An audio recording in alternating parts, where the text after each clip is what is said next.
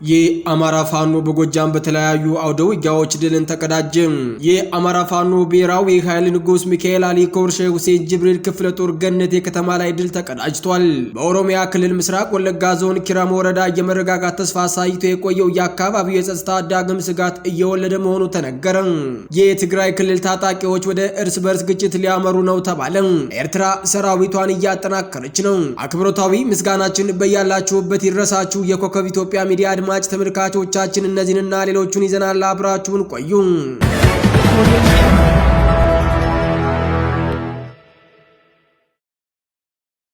የአማራ ፋኖ በጎጃም በተለያዩ አውደ ውጊያዎች ድልን ተቀዳጀ። የቢትወደድ መንገሻ ጀንበሬ ብርጌድ በቅርቡ ለአድማ ብተና ሚሊሻ ፖሊስ እንዲሁም ሰላም አስከባሪ አባላት የመጨረሻ የእጅ ስጡ ጥሪያችንን ማስተላለፋችን ይታወቃል። በዚህም መሰረት ወንድሞቻችን የነፍስ ወከፍና የቡድን መሳሪያ ይዘው እየተቀላቀሉ ይገኛሉ ሲል የቢትወደድ መንገሻ ጀንበሬ የህዝብ ግንኙነት ገልጿል። በዚህም አይሸሽም አበበ የተባለ የአድማ ብተና አባል ብሬንን ከነሙሉ ሸንሸሉ በመያዝ ወደ ፋኖ ሲቀላቀል አስፈራው ጥላውን የተባለ ሰላም አስከባሪም ክላሹን ይዞ ተቀላቅሏል።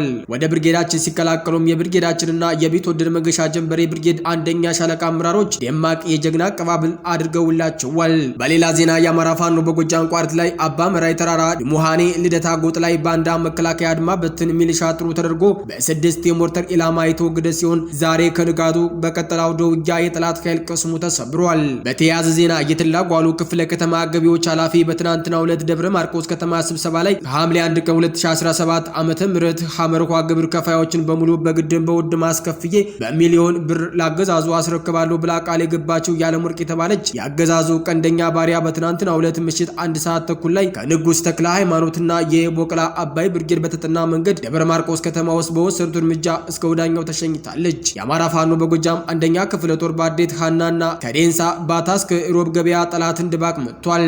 የሻለቃ አንሙት ያዛቸው ብርጌድ መብረቁ ሻለቃና ሰንጥቅ ሻለቃ እንዲሁም የጣናው መብረቅ ብርጌድ ቅንባባ ሻለቃ በጥምረት በዛሬው ዕለት ሮብ ገበያ ላይ ከጠዋቱ 12 ሰዓት ጀምሮ እልህ አስጨራሽ ከባድ ውጊያ በማድረግ ጠላት ላይ ከፍተኛ ጥቃት በማድረስ ታላቅ ጀብዱ ፈጽመዋል። ሻለቃ አንሙት ያዛቸው ብርጌድ ካግታ በመነሳት የበላይ ዘለቀ ሻለቃ ጠላትን ከጋድላ እያባረሩ አዴት ካና አስገብተውታል። በዛሬው አውደ ውጊያ የተማረኩ 4 ክላሽ 720 የክላሽ ተተኳሽ 3 የወገብትት 3 የተማረከ የጠላት ኃይል በውጊያው ከ100 በላይ የጠላት ኃይል ሲወገድ በርካታው ቁስለኛ ማድረግ የተቻለ ሲሆን አስክሬን ለማንሳት በዙ 23 እና በሞርተር በዲሽቃ በተደጋጋሚ ሲደበድብ የዋለ ሲሆን ፋን ታላቅ ጀብድ ሰርቶ በውጤቱ ተንበሽብሿል። በሌላ በኩል የባህር ዳር ብርጌድ በዛሬው ዕለት የአንዳንሳ ሚሊሻ በመጠርነፍ በማስተባበር የነበረ አቶ ብርካን አሰፋ ላይ ቁሳዊ ጉዳት ማድረስ የተቻለ ሲሆን የብርካን አጃቢ መንጋው የተባለ እስከ ወዳኛው ተሸኝቷል። በዛሬው ዕለትም የባህር ዳር ብርጌድ 7 አሚስ ሰርገው በመግባት አፈንፍነው አብርሃም አያሌው የተባለ ቀንደኛ ሚሊሻ አንገቱን አንቀው አውጥተውታል። አንዳንሳ ቀበሌ ላይ በመንቀሳቀስ የነበረውን የጠላት ኃይል በደፈጣ በማሸማቀቅ እቅድን ማክሸፍ ተችሏል። እቅዱን ማክሸፍ ተችሏል ሲል ፋኖ ሀብታሙ የሱፍ የአማራ ፋኖ በጎጃም አንደኛ ክፍለ ጦር ህዝብ ግንኙነት ገልጿል። በሌላ ዜና የትሊሊ ዘንገና ብርጌድ ለትሊሊ ህዝብ በድጋሚ የጥንቃቄ መልእክት አስተላልፏል።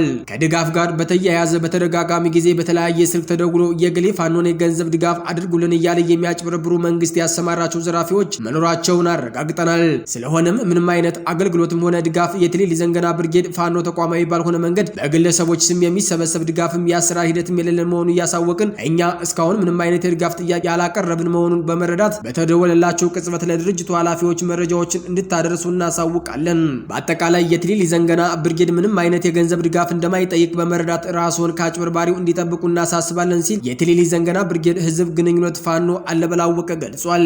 የአማራ ፋኖ በጎጃም 8ኛ በላይ ዘለቀ ክፍለ ጦር ሽፈራው ገርባው ብርጌድ በሸበል በረንታ ወረዳ ለተከታታይ 5 ወራት ሲያሰለጥናቸው የነበሩ የ3ኛ ዙር ሰልጣኝ የፋኖ አባላትን ሰኔ 24 2017 ዓ.ም በደማቅ ሁኔታ አስመረቀ። በተመራቂ ፋኖዎች የምርቃ ስነ ስርዓት የ8ኛ በላይ ዘለቀ ክፍለ ጦር አመራሮች፣ የሽፈራው ገርባው ብርጌድ አመራሮችና አባላት እንዲሁም የሃይማኖት አባቶች፣ የሀገር ሽማግሌዎችና የአካባቢው ማህበረሰብ በተገኙበት የምርቃ ፕሮግራሙ በደማቅ ሁኔታ ተከናውኗል። በሰልጣኝ የፋኖ አባላት ተመራቂዎች የምርቃ ስነ ስርዓት መድረክ የከፈቱት የአማራ ፋኖ በጎጃም 8ኛ በላይ ዘለቀ ክፍለ ጦር ሽፈራው ገርባው ብርጌድ ሰብሳቢ ፋኖ ወዱ ሃይማኖት እንደተናገሩት ይህንን ወታደራዊ ስልጠና እንድንሰለጥን ያስገደዱን ዘርፈ ብዙ የሆኑ እጅግ በጣም ለመስማት የሚከብዱ አሰቃቂ ጭፍጨፋና የዘር ፍጅት በአማራ ህዝብ ላይ ስለደረሰብን አማራን ከሁሉም የተለያዩ የሀገሪቱ ክፍሎች እንደ ባይተዋር ተቆጥሮ መጤ እየተባለ ሲፈናቀልም ኖሯል። ከዚህም አልፎ አገዛዙ የጥፋት አዋጅ በማወጅ አማራን ከምድረ ገጽ ለማጥፋት በህዝባችን ላይ ቅጥረኛ ወታደሮችን በመላክ ከቤታችን ድረስ መጥቶ ዝርፊያና ንጹሃን ከመካናይዝድ እስከ አየር ኃይል በመጠቀም እየጨፈጨፈ ይገኛል በማለት መልእክት አስተላልፏል። የአማራ ፋኖ ብሔራዊ ኃይል ንጉስ ሚካኤል አሊ ኮር ሼህ ሁሴን ጅብሪል ክፍለ ጦር ገነቴ ከተማ ላይ ድል ተቀዳጀ።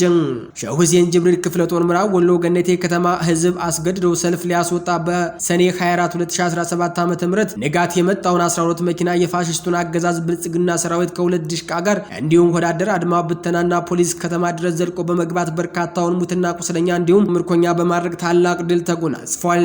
የንጉስ ሚካኤል ኮር ወታደራዊ ዋና አዛዥ አርበኛ ከርም መሐመድ እንዲሁም ብርጌድ አመራሮቹ አርበኛ ሙራድ አህመድና እንድሪስ አቢ በመሩት ድንቅ የከተማ ተጋድሎ በርካታ ጥምር ዙፋን ጠባቂ ሰራዊት የተወገደና የቆሰለ ሲሆን 9 ተማርኳል። ንስሮቹ በቀን ገነቴ ከተማ ለመግባትና ጠላታቸውን ላይ ከፍተኛ እርምጃ ለመውሰድ ያስገደዳቸው ህዝባቸውን የቀረ 5000 ብር ይቀጣል በሚል አስገድደው ሰልፍ ሊያስወጣና በአንድ እጁ ድሮን በአንድ እጁ ሰላም በሚል ዘር ማጥፋት እየፈጸመበት ያለውን ህዝብ ግፍና ጭፍጨፋውን አይበቃም ብሎ በቁስሉ ላይ እንጨት መስደዱ ይበቃል በሚል መሆኑ ነው የተነገረው። በሌላ ዜና የአማራ ፋኖ ብሔራዊ ኃይል ወሎ ቤት አማራ ቀጠና የዋግሹም አድማሱ ብርጌድ ባደረሰው ጥቃት የአርቢትን ምሽግ በመስበር በጠላት ላይ ድል ተቀዳጅቷል። የአማራ ፋኖ ብሔራዊ ኃይል ወሎ ቤት አማራ ቀጠና በላስታ ጀነራል አሳምነው ጽጌ ኮር ስር የሚገኘው ዋግሹም አድማሱ ብርጌድ የአርቢትን ምሽግ በመስበር ጠላትን ሙትና ቁስለኛ አድርጎታል። ዋግኽምራ ዞን ደሃና ወረዳ አምዶር ከተማ አቶ አያሌ ወዳጅ የወረዳው ፖሊስ ጽሕፈት ቤት ኃላፊ ኮማንደር አበጀ አሰፋና የሚሊሻ ጽሕፈት ቤት ኃላፊውን ሳጅን አማረ ደሳለኝ ያስተባበሩት የደሃና ወረዳ ሚሊሻዎች የተሳተፉበት አውደ ውጊያ ላይ ተወርዋሪዎቹ ዋግሹም አድማሱ ብርጌድ ሻለቃ 1 አሰፋ ሻለቃ አርቢት ከምትባል ቦታ ሰኔ 23 2017 ዓ.ም ከንጋት 11 ሰዓት ተኩል እስከ ቀኑ 8 ሰዓት ተሩብ ሰዓት በወሰደ አውደ ውጊያ አርቢት የሚገኘውን ምሽግ በመስበር በጠላት በኩል 4 የተሰዋ 3 ቁስለኛ 4 ክላሽ 208 ተተኳሽ በመማረክ ወረዳው ከሚያስተዳድራቸው 33 ቀበሌዎች 13ቱን ቀበሌዎች ነፃ ቀጠና በማድረግ በመቆጣጠር ታላቅ ጀብድ አስመዝግቧል። በኦሮሚያ ክልል ምስራቅ ወለጋ ዞን ኪራም ወረዳ የመረጋጋት ተስፋ አሳይቶ የቆየው የአካባቢው ጸጥታ ዳግም ስጋት እየወለደ መሆኑ ተነገረ። አካባቢው ላይ የሚኖሩ ሰዎች ለዶቼ ቬለ በሰጡት አስተያየት የወረዳው ነዋሪዎች በአባይ ሸለቆ ኦሮሚያና አማራ ክልሎች በመታዋስነው በዚች ወረዳ የታጠቁ አካላት ስጋት መሆናቸው አልተገታም ብለዋል።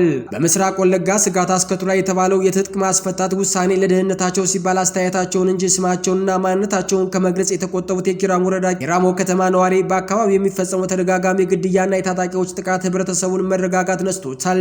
ባለፈው ቅዳሜ ነሐሴ 21 ቀን 2017 ዓ.ም ጠዋት ከጊዳ ወደዚህ ባለው ኤጀር በምትባል ቀበሌ የኦነግ ወታደሮች ከመንግስት ወታደሮች ጋር ተተኳኩሰው ሰዎች ሞተዋል። በዚህም ኪራም ወረዳ ቆፍቆፌ በምትባል ቀበሌም አንድ ሚሊሻ ተገሏልና ስጋት አለ ሲል ጸጥታው የሚያደፈርሰው ያሏቸውን ጠቃቅ ኤርትራ ሰራዊቷን እያጠናከረች ነው ተባለ።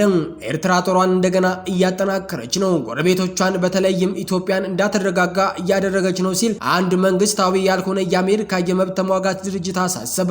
ዘሴንተሪ የተባለው ድርጅት በዚህ ሳምንት መጀመሪያ ላይ በወጣው ዘገባ በጎርጎሮሳውያን 2018 የጦር መሳሪያ ማዕቀብ የተነሳለት ኤርትራ ጦር ሰራዊቷን እንደገና እየገነባች መከላከያዋን እያጠናከረች ነው፣ ጎረቤቶቿም እንዳይረጋጉ ማድረጓን ቀጥላለች ሲል ገልጿል። የኢትዮጵያና የኤርትራ መሪዎች በጎርጎሮሳውያን አቆጣጠር 2018 የሰላም ስምምነት ከተፈራረሙ በኋላ የተመድ በኤርትራ ላይ ጥሎት የነበረውን የጦር መሳሪያ ሽያጭና ግዢ ማዕቀብ አንስቷል።